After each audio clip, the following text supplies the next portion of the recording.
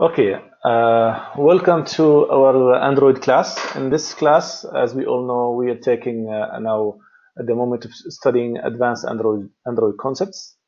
So, what I will be talking about today, I will be explaining how we can use SQLite inside Android applications. So now, before I do that, it would worth that we make some quick review of the concept of database, because I know many of you have not taken database class yet. So let's do that before we get into the actual code and see how we can go about SQLite. So now let's start with this explanation first. I would like to show in this quick explanation when do we need actually to have a database used inside our application. So let's do this. I will use this tool. So now, as we all know, we are used to so far to the concept of building an Android app. So I have my phone. That phone, I'm creating an app. At this point in time, this app gets installed in the phone. And so far we haven't seen that the app will need to store data whether locally or globally. We will see that data is the most important, I would say, asset or aspect of an application. So the application usually end up using data. This data is of a value to the user. What is an example of data? For instance, username, password. Username password is something I would like to store as part of the application and use it for authenticating the user of the application before he started using the application. So now, how can I store this information? We will see in this class, we can learn different approaches how we can store data. We can do it locally, and we can do it online or remote. Now, if we are to do this locally, we have several options. We could store it in a file, and this is traditional, available in any programming language. We can also store it in what's called preferences. And we will come to this. We will study how we can use preferences. This is an easy way how we can store data. The problem with it, it's a good choice if you are storing few items, like maybe username, password, some few things. Now, the thing we could use is also what we will study today is the SQLite. So SQLite is an option I can use to store data. Notice locally. When I say locally, I mean on the same phone. This is my mobile device, my phone, my tab, and it will reside somewhere on the disk inside this system. Now, when we say online, we will come to this. When I say online means that this phone is capable of connecting wirelessly or via 3G or 4G to the internet. Now, on the internet, I have somewhere a server. That server also can have its own database. Now, we will study in our class that we can have a web server built using PHP or any other language that talks to a database server, and our mobile application talks to the pages to store data or retrieve data. This is the online option. Now, at this point in time, I'm focused actually on the local option, and specifically at the SQLite option. Later, we will study all these other options. So you see that the application deals with data. The data is required to be stored either locally here on the phone or online somewhere remote via the internet. Now, of course, if you are storing this data before we proceed to how we can do it, you need to pay attention to that the data that is local needs to be protected. For a device that is mobile, it's expected that this device gets lost because it's with us all the time. We forget it in different places. It's mobile by nature, and mobility means it's easy to lose at the same time. So that's a different aspect. Security aspect is something that you need to be taking care of. How you can encrypt data, for instance, that's something to look at. Now, let's look at the SQLite option. Now, notice when we say the word SQL, this option is standard, used among so many database systems. Like here, the one we will look at online, we will see that we could store, for instance, using Microsoft SQL, using MySQL, using Oracle, using so many types of database. But if you notice this, it's the idea is that they all SQL, SQL, and SQL. So I'm talking about something standard. It's a structured query language that is common inside database systems. Now, we're talking about here a relational database model, or extended relational database model that's used by so many systems. Now, I know today, as we speak in the market, there is a new trend, the concept of big data, where data is not necessarily structured, and accordingly, what you study for a relational database model is not necessarily going to be identical for those new concepts, big data. So that's a different topic, and it's good also to look at. Now, let's take some of the basics that we need to know for SQL, because those basics we will benefit from if we do SQLite or if we do online. So what's the difference between SQLite and Microsoft SQL or MySQL or Oracle? This is the word light. It's intended to give you the impression that this is very, I would say, minimized version of a database server. It provides you with the minimum capabilities that you would need to be able to do some database functions. It's light by nature. You could say it's a stripped version of this one, very minimized, and accordingly doesn't give you all the options that are given in here. That's one. Second, it's light on the system processing wise. I mean, it doesn't consume as much resources as a full-fledged database server does. So that's an advantage for mobile devices, because I don't want to load such a thing on my phone. If I load it and it starts running as a process behind the scene, you can imagine how much battery it will actually consume and resources it will consume. So those systems are not convenient to be done locally, while SQLite, it's perfect to be done locally. So that's why SQLite is built in. It's available by default on mobile devices of type Android, and also same is the case for other kind of operating systems in general. By the way, this can be also available on a desktop or a traditional system. So now let's go and look at the second piece. The second piece is we would need to understand some of the basics that have to do with SQL. When we say SQL, now SQL, it's a language, it's a database language that allows you to basically interact with database systems. Now, in general, this language has 3 sets of commands. Those commands are abbreviated as DDL, DML, and DCL.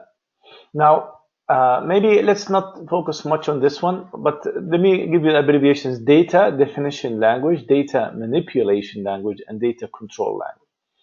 Now, the data definition language is responsible for the commands that belong to this, responsible for creating and deleting databases, creating, and when I say create, delete databases, create, delete tables, create, delete so many structures, tables, views, depending on the system, triggers, and so on.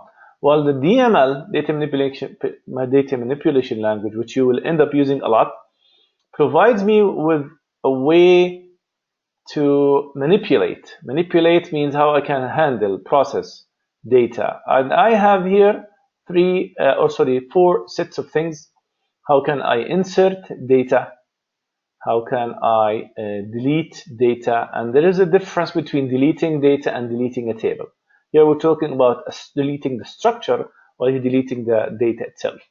We can also do the update, and finally we do the select. Those are the 4 types of commands available on the DML. Now, those are sometimes summarized with this name, CRUD operations. They call them CRUD operations. C for create, which is insert, R for read, which is for select, and U for update, and D for delete. CRUD operations, this term you hear it a lot if you happen to be in the industry. Now, the DCL, just quickly, control language. This is about like defining users, security permissions, who can do what, those kinds of things. And this is beyond the scope of this lecture. Now, for the SQL, what we have is we need to know how we can create a database and how we can do the different operations inside the database. Now, just give you an example. If we talk about DDL command, let's just imagine this in the database models that we will be dealing with. We will be having this. We will be having different models. So we're talking about database models, and there are different models like object-oriented model. There is the extended relational model, and there are other models. It's again out of the scope of this class because this is not a database class. Now, for the relational database model, this is what we'll be using. Things are structured in the form of tables. So table is a key element. It's a main building block in the database. All the database, you could think of it as like a big structure composed of so many tables, and tables are very simple for a human to understand because we know how a table or a chart is structured. It just has columns, and columns, they're numbered depending on what you're trying to describe. And then we have the concept of row or record. Now, the different terminologies. Every table has columns and have records. Now, for example, imagine this table is supposed to describe information about student. So maybe the structure is as the following. Maybe this is the ID. Maybe this is the name. Maybe this is the, for instance, the gender. Maybe this is the address. So it's basic set of information to represent a specific entity. Now, so here I might have data in it. So for instance, I might have the first student ID is 1, then 2, then 3. This guy's name is A, this is B, this is C. Let's say this is male, male, female, and so on for the address. Those are the ones we call records. So I have 3 records in here, and those are the ones we call columns, and every column is used to represent a field. So now we will see first in the DDL, it's about creating this structure. Of course, you will be first required to create a database. Now the database, it's like a big thing, and then inside the database you will be creating a table. Now, creating the database and creating the table structure, this belongs to the DDL. Manipulating the records inside the table, when you start adding stuff in here, this is called DML. DML, creating a record inside, deleting, updating, or retrieving data, this is all part of what we call DML. So that's a quick introduction to the base that you will need to know when you talk about basically SQL. Okay. Now, let's look at it more syntax-wise. So now, what do we have next? We have we need an example. How can I create a table? For instance, I could say create a table, and I give it a name. For instance, student. This is the syntax, and then you define ID. It's of type integer, and you can specify some additional parameters. That's something you study in more depth, such as primary key. You could say name.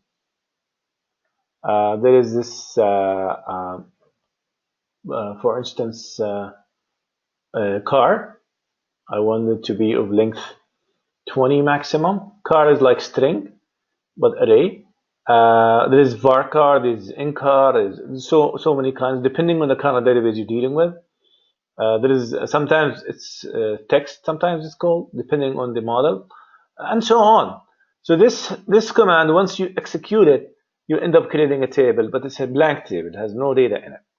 Now, if you do an insert command, like you could say insert into student, and then you say you specify what are the columns, for instance, ID, name, and gender. Like what values will you be providing? And then you specify values. For instance, student ID 1, his name is A, his gender is male, for instance.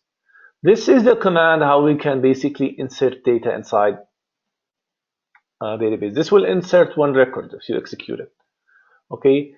Similarly, I could say delete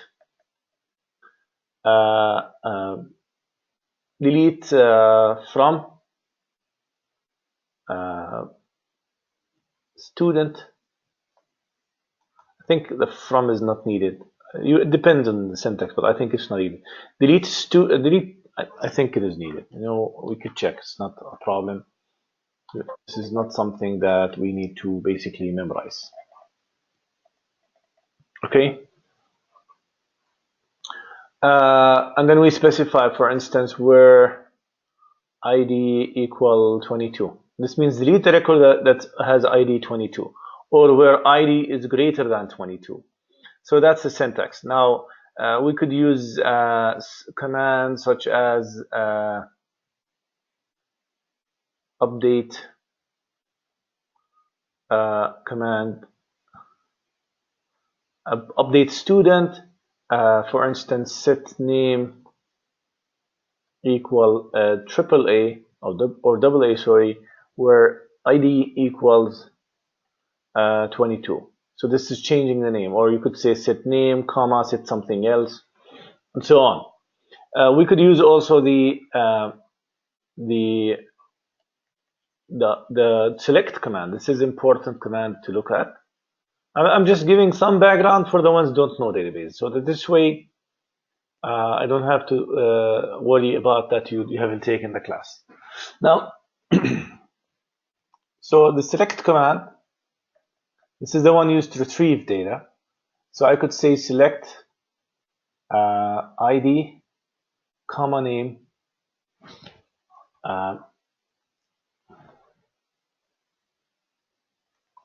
from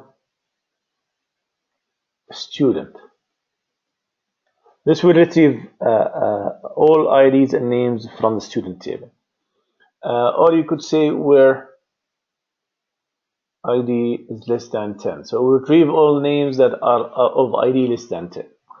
Or you could replace this with a star. Star means get me all the data, all the columns.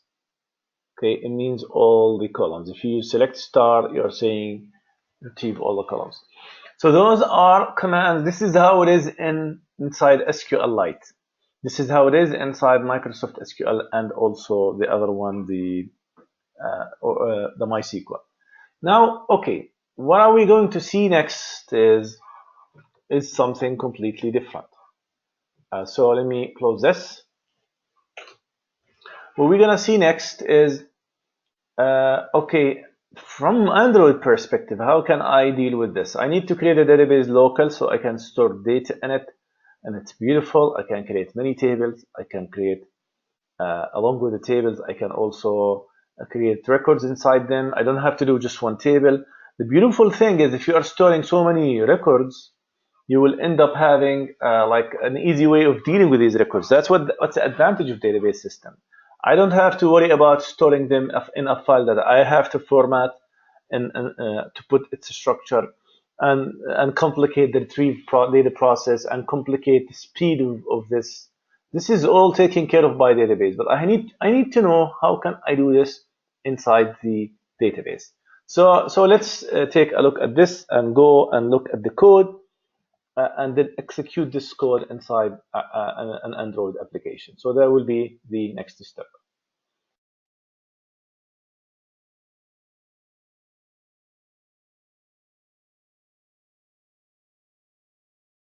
Okay, so now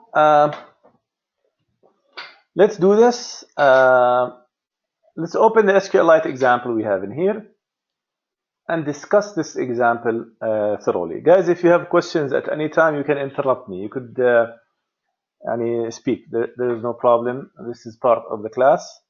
Even if I'm recording this, please feel free to ask me and interrupt me. So now let's do that. Let's take a look at this code, SQLite example, which shows us how to create a database and how can we actually basically use this inside an Android application. So let's do this. What I will do, in fact, is this. I'm gonna open this. I'm gonna create a new application. I'm gonna close this project. Yes, please stop Gradle building. And let's do a new project. And I will call this my SQLite example. Okay. So we will call this my SQLite example. Just 1 second, please.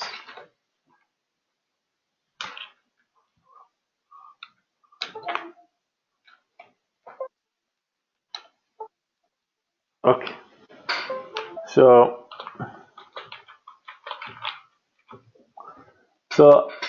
let's just go next and next. Pick just an empty app activity. Sorry.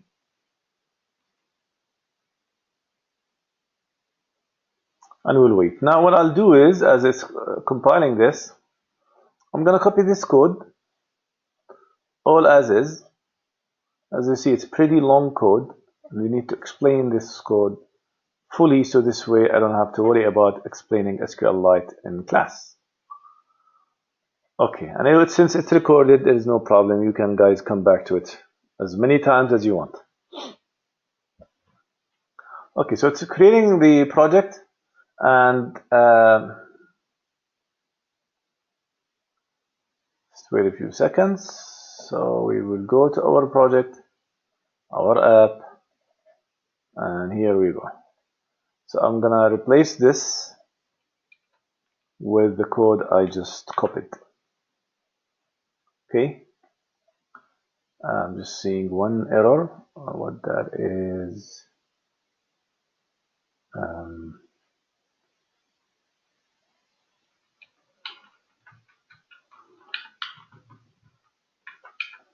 those are, of course, because they are already defined. I don't have to define them again. I would think it's about the resources, the layout.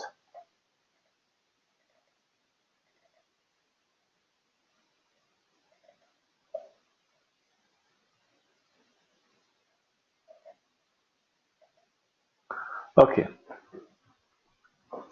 just wait. I guess it's building the Gradle. Okay, just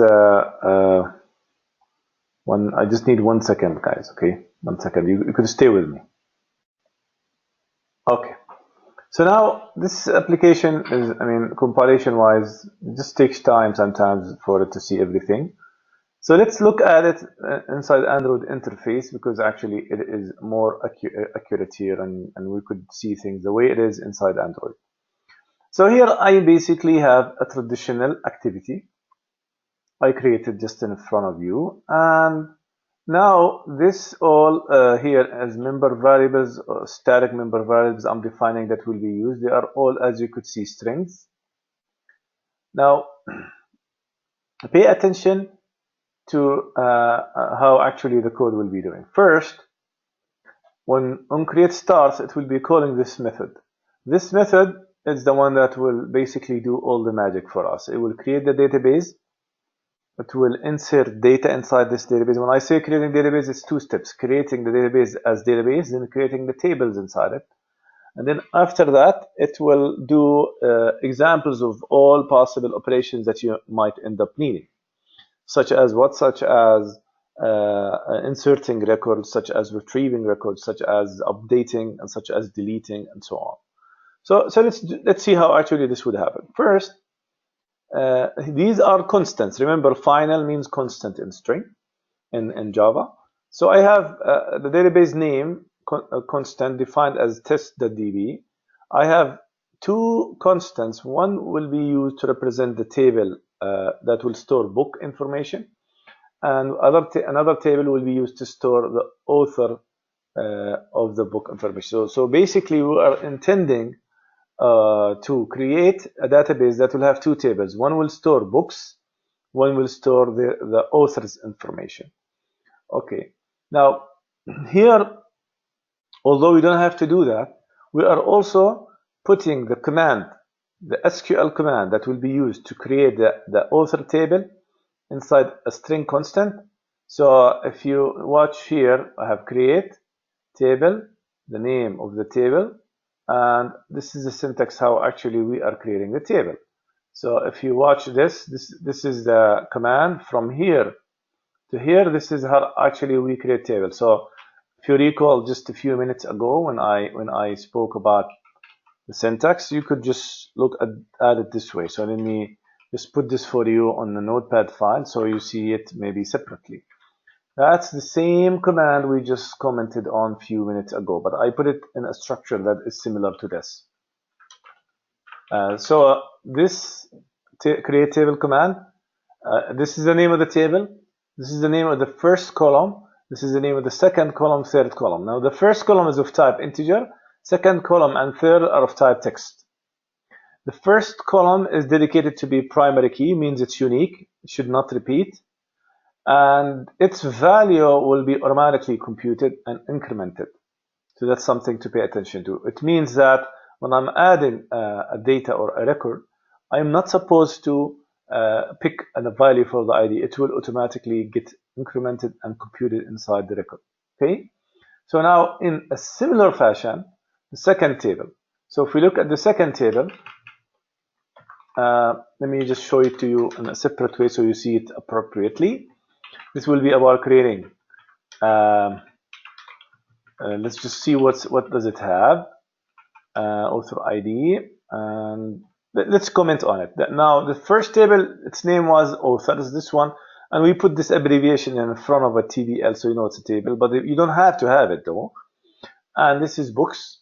Now the books one has also ID and it's also auto incremented, but instead of name it has a book title and it has a date, when was it added, and also of type date, and it has the author ID. The author ID should be coming from this one.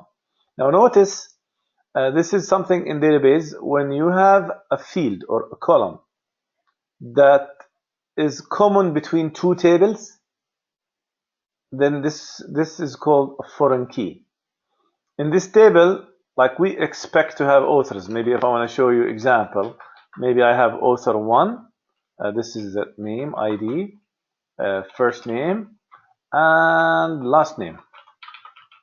So I'm supposed to have here, for instance, let's say Bashir, and sorry, I don't recognize your last name, Bashir, so I'm just going to put anything, and Amro.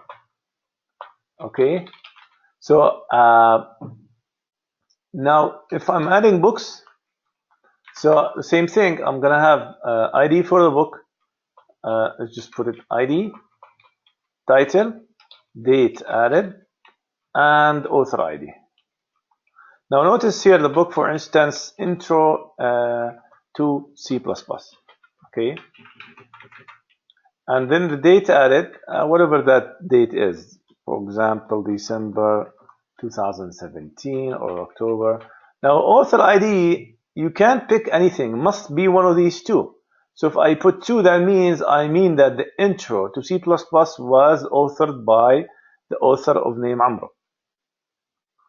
So that's the intention of this. Since this is called a foreign key, it's common between two tables, I have to put a constraint. This is called foreign key constraint. Now, the foreign key constraint, this is how we define it. Okay, we first define the name of the column in this second table, and it doesn't have to match the name of the column in the first table. But here we say its type has to match the type, and we have to say not null means you have to put a value, and we put the constraint. Now watch the constraint. The constraint says this. This column, I'm referencing this with ID from tables authors column, and that means if I am trying to put some weird value here, for instance 7, this constraint will make this database reject that, because 7 doesn't exist in here. So this constraint will protect me from inserting wrong data. Okay, and same thing on the delete. If I delete Amro record from here, Amro's record, and this was set to be Amro, this delete cascade option will make sure this is no longer the case. Okay, this kind of protection. So here I was talking about, as you could see, how we create tables. I explained this in detail for you. Now, and this was put, remember, in a string and a string. Now, in the same way we add a table, we can drop it. Notice the opposite of create is drop. So drop table means drop. What does drop mean? It means delete the table from the database. It no longer exists. Not just the data and the structure. So completely, it's completely taken out of my database. And then we have this create trigger. Now trigger is a code that gets executed based on some event. So if we see this first one, create trigger, it's a trigger that will execute before we insert on the, let me just copy it for you so I explain what it is. I will just explain one trigger, and then the other ones will be similar in concept. So this one, watch what it's saying.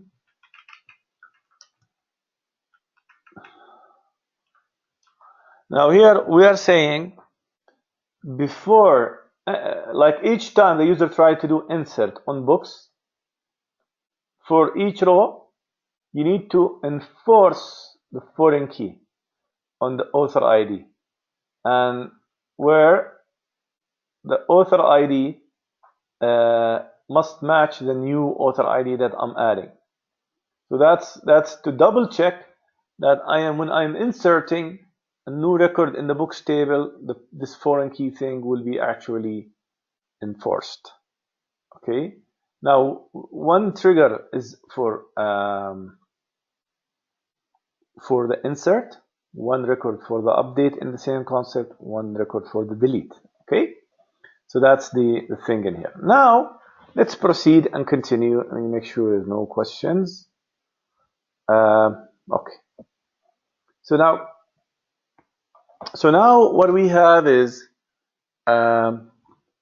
to start running the example database. Notice this member variable is important. This is of type SQL database. This is the one that I will use to connect to a database. Remember, it's defined at the level of the class, so it's a member variable I can access from inside any one of these methods.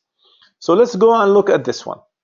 Now this one, notice this something so you don't get confused. This application does not do anything on the GUI. It does all the things inside the log. Okay, notice it's log, and so on. Now let's go through this run database example. So in the run database example, we will do this. We have the first command before I create a database. This command will do this. It will go and use the array's built-in binary search. Notice this database list. What is this database list? This is a built-in function available because I imported, notice what I imported, all SQL stuff. So I imported SQL constraint, SQL database, SQL query builder, SQL statement, light statement. So since you imported these, you could call the database list. What's database list gonna do for you? it will retrieve all the databases created by the current application. So the current application can have more than one database. Okay. So if it happened that it has a database that is of the same name of the database I'm trying to create, I'm going to delete the database so that each time I start fresh. Now, this is just to show you how to do it. But in reality, maybe you don't want to delete the database every time you run the application. So that's something to pay attention to. Okay? Something to pay attention to. Now, in reality, I want to keep it. The idea is to keep it, actually, to keep it from one run to another. Now, let's move to the next point. Next point, I have the code to create a database. Notice how I create it. I say open or create database. I give it the name, and I'm saying here an option create if necessary. Means if it didn't exist, create it. So this command will create the database and make the database reference point to it. So this is pointing to an object which is a database, and via that reference, I will be doing everything. Via this reference, I will be doing everything. I will be creating the tables and so on. Now, I will comment on the most important commands. database set version. This is an important one. Now, the version is used to control the structure of the database. If you are adding, like from one run to another, a new table, you're supposed to increase the version. If you keep the version the same, the structure of the database will never change. So let me just give you example on here, what I mean by that. So let's just say this.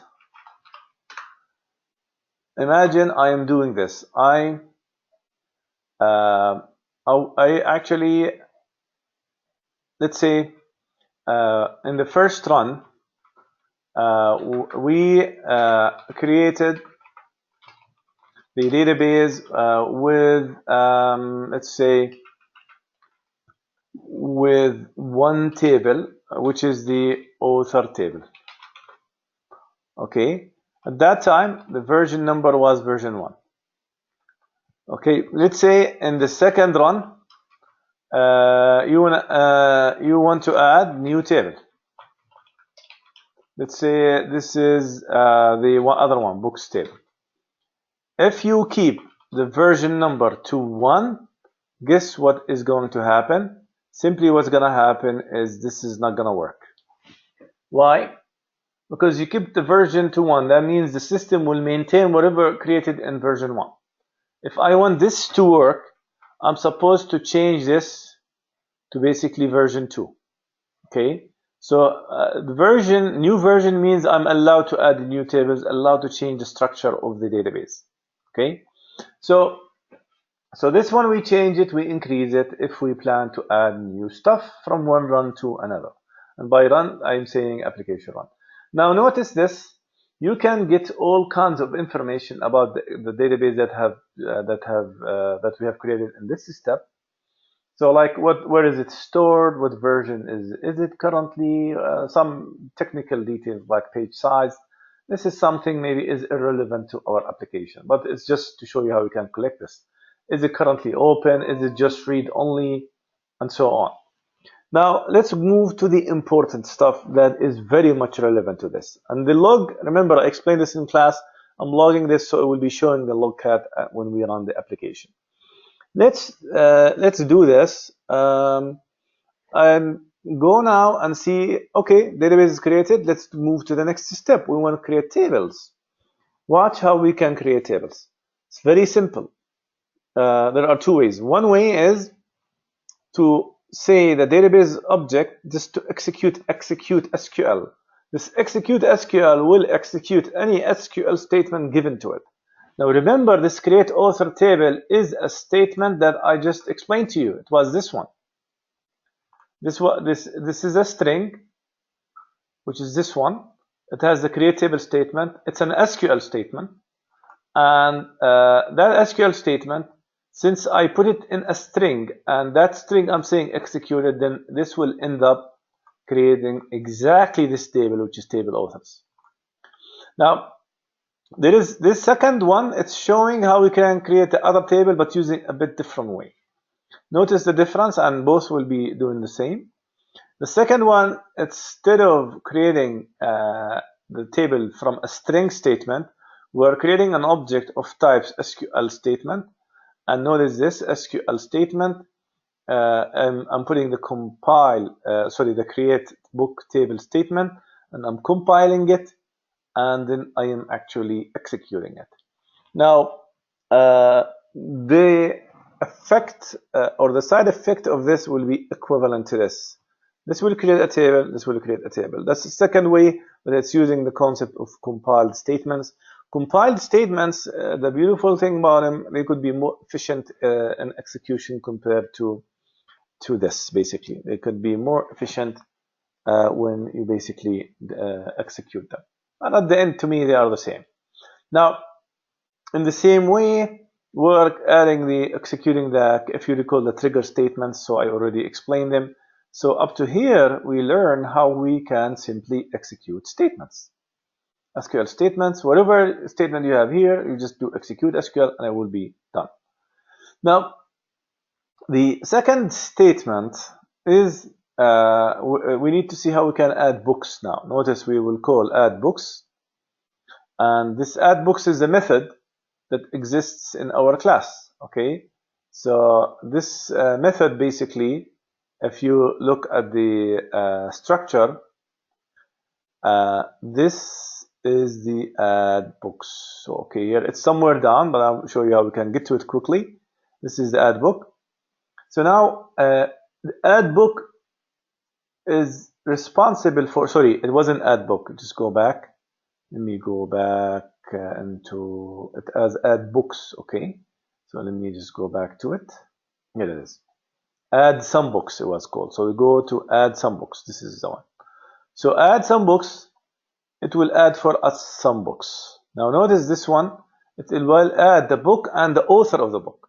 Okay. So this is a method. You could write it in your own, but let's see what it does. The add some books. What it will do is the following. It will first start the concept of transaction. So we are beginning a transaction. Notice begin a transaction, and toward the end we have what? End transaction. Now, what's the beauty about begin and end transaction? If you treat a set of statements, if you put them between begin and end transaction, notice when you finish successfully, you should say set transaction successfully. Okay. Now, what happens is those statements, that's one powerful thing in database, they will either all get executed or none. Notice what I'm saying. I want to do this as a transaction. Transaction, let's say I have here 10 statements, 10 inserts. If you put them in a transaction, they are all the 10 will be inserted or none. Okay. But if you don't use the transaction concept, you can still add, but they will not be treated as a transaction. Okay. Now, so what is this transaction thing? Not a problem. Let's take a look at it. Let's forget the logging thing. We'll just make sure database, we lock the database.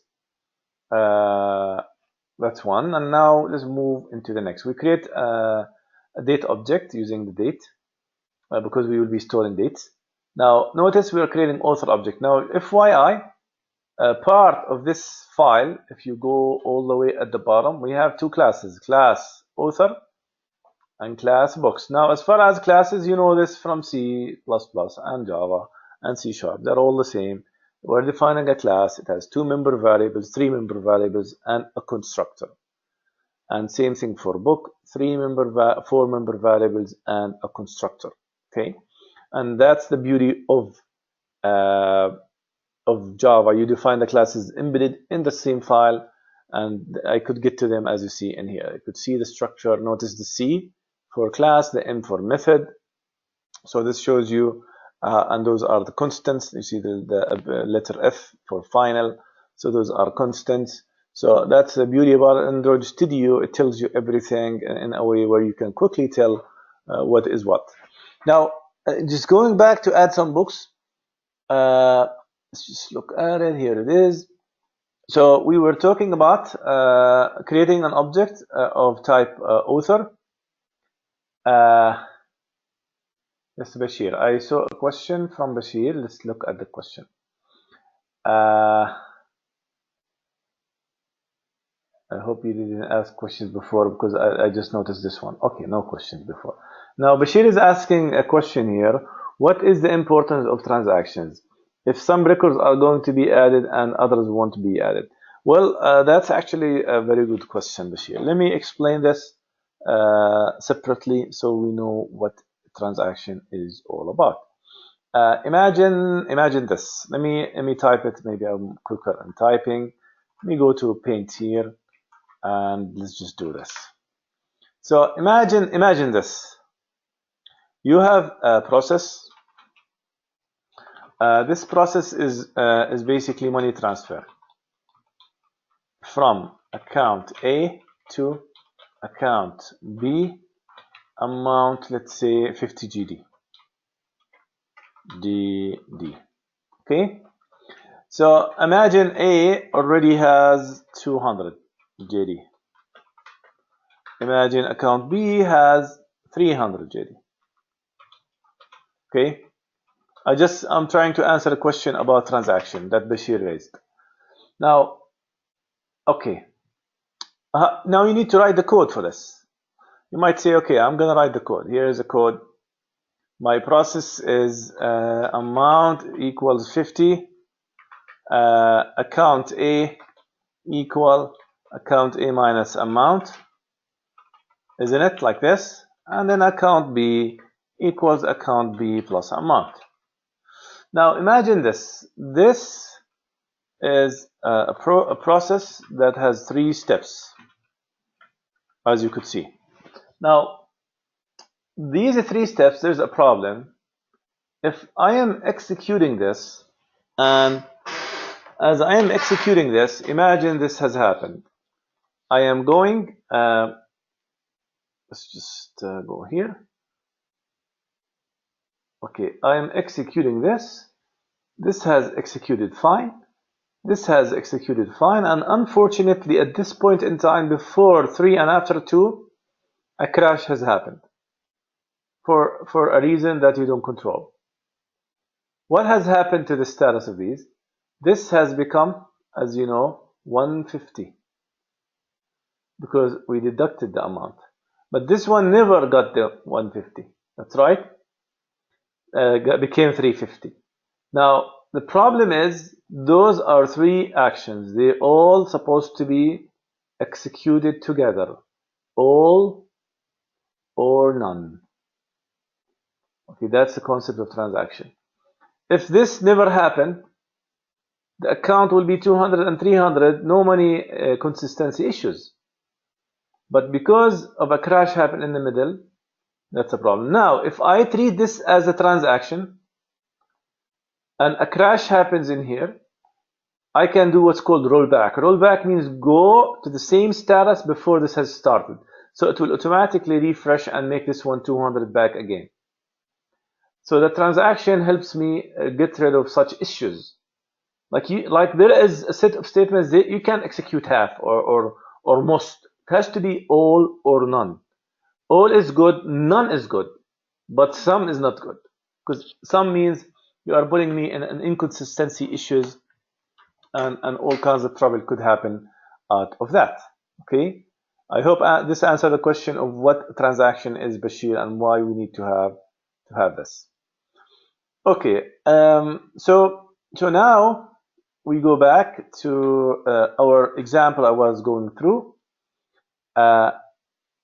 So we were discussing adding records to our SQLite database. So let's discuss this and see how we can actually do that. So we have the author object. I'm creating an author. This is the author's name. So as you know, if you highlight the constructor, here is the author. It receives first name and last name. Okay. So now going back to add some books. So we have here created an author object, and now notice this add book. We are creating a new book on the spot, and this book that we're adding, we're passing to it the author object. So this add book will receive an object of type book. So let's look at the add book function. Look at the add book function, how actually it's executed. We have a new object that we will use a lot inside SQLite called content values. I create an instance of it, I call it values. I specify what exactly the values of each column. I'm adding a book, okay? So now, as I'm adding a book, what's happening is I'm specifying that the title of the book is coming from the book object that I already created. Same thing for the date, and same thing for the author ID. And then I'm saying the new book ID will be generated automatically, but when I call mdatabase.insert or throw. Now, insert command means I am planning to insert a record inside the database, and the table I'm inserting into is the book table, and the values of the book are coming from the contents value object. So each time I execute an insert a command out of a database, I'm supposed to say which table, and I'm supposed to give it an object of type contents value, and content values are the ones through them I specify everything. So this is how actually we can add. In the same way, we can do this add author thing in the same way, but it's just different columns, that's all. Now, what is this insert or throw? A throw in, if a crash happens, then it will throw an exception. And that's why I'm supposed to be putting this inside the try catch. Now, there is no try catch here, but there is a try catch inside the transaction. So if a crash happens, it will basically go to the catch section and until you transaction failed, and it will tell you what the exception is, and this is basically what it is. So that command add some books, this is how actually it functions. We first add the author, and then we add the book. Now notice we created two authors. This is the first author, this is the second author, and with every author we added several books. So this will end up, this is a record created here, and then 1, 2, 3, 4, 5, 6, 7 records about books for the first author. Then we add a second author, and then we put one book for that second author, a third author, one book for that third author, and this is actually how we can basically do the addition. So going back to our run database example, we just explained this method only. So you know what actually the case is. Now, next, we will be talking about something very important, which is the cursor concept. And for the cursor concept, I would explain this in a different session. I would just want to keep this almost an hour. So we will explain the rest in the second video that we will do during this week. And that second video will be also a substitute for one of the classes I missed from the past. So this way we make the SQLite explained fully on videos online, and I don't have to explain it on class.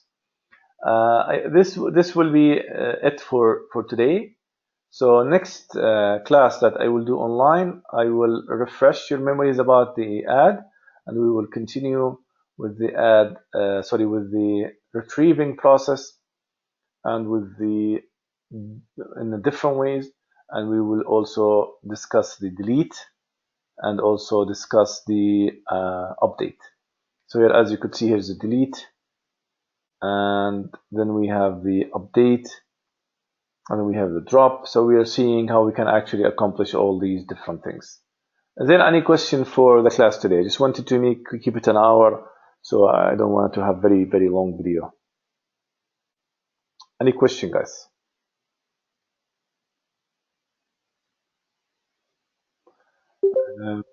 So that's it for the class today, and we will do, as I said, the second session during the week to explain the second half of this. I think Bara'a just arrived.